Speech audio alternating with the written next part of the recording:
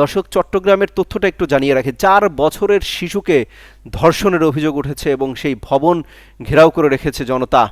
বলা হচ্ছে, আমি একটা নিউজ আপনাদেরকে পড়ে শোনাই এই মুহূর্তে। চট্টগ্রামে 4 বছরের এক শিশুকে ধর্ষণের ঘটনা ঘটেছে বৃহস্পতিবার দুপুরে বাকলিয়া থানার চেয়ারম্যান ঘাট এলাকায় আবু জাফর রোডের বিসমিল্লা ম্যানশন নামে একটি ভবনে এই ঘটনা ঘটে। স্থানীয় জনতা ভবনটি ঘেরাও করে রেখেছে। অভিযুক্ত মনিরকে আটক করে পুলিশ থানায় নিয়ে গেলেও জনতা আসামিকে তাদের হাতে তুলে দেওয়ার দাবি জানিয়েছে। কিন্তু অর্থাৎ এখানেও আসামিকে তাদের হাতে তুলে দেওয়ার দাবি জানানো হয়েছে। শত শত এলাকাবাসী পুলিশকে ঘেরাও করে রেখেছে।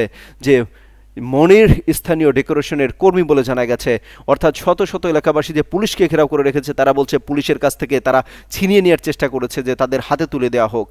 পুলিশ ও প্রত্যক্ষদর্শীরা যেটা বলছে, তারা বলছে 4 বছরের শিশুকে ধর্ষণ করা হয়েছে এমন তথ্য এলাকায় ছড়িয়ে পড়লে শত শত মানুষ জড়ো হয়।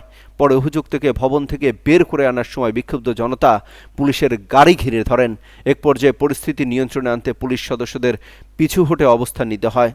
এ সময় জনতা বিভিন্ন স্লোগান দিতে থাকেন, অভিযুক্তকে তাদের হাতে তুলে দেওয়ার দাবি জানান।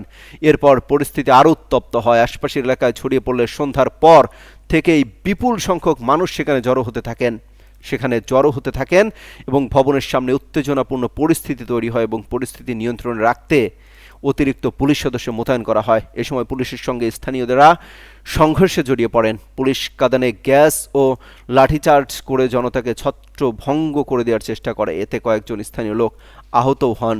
স্থানীয় বাসিন্দা মোহাম্মদ ইব্রাহিম যুগান্তরকে জানান, পুলিশ আসামি নিয়ে গেলে টাকা খেয়ে ছেড়ে দেওয়ার সম্ভাবনা থাকে।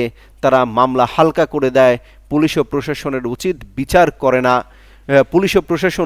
বিচারটা করে না। তাই আমরা চাই আমরা নিজেরাই বিচার করি।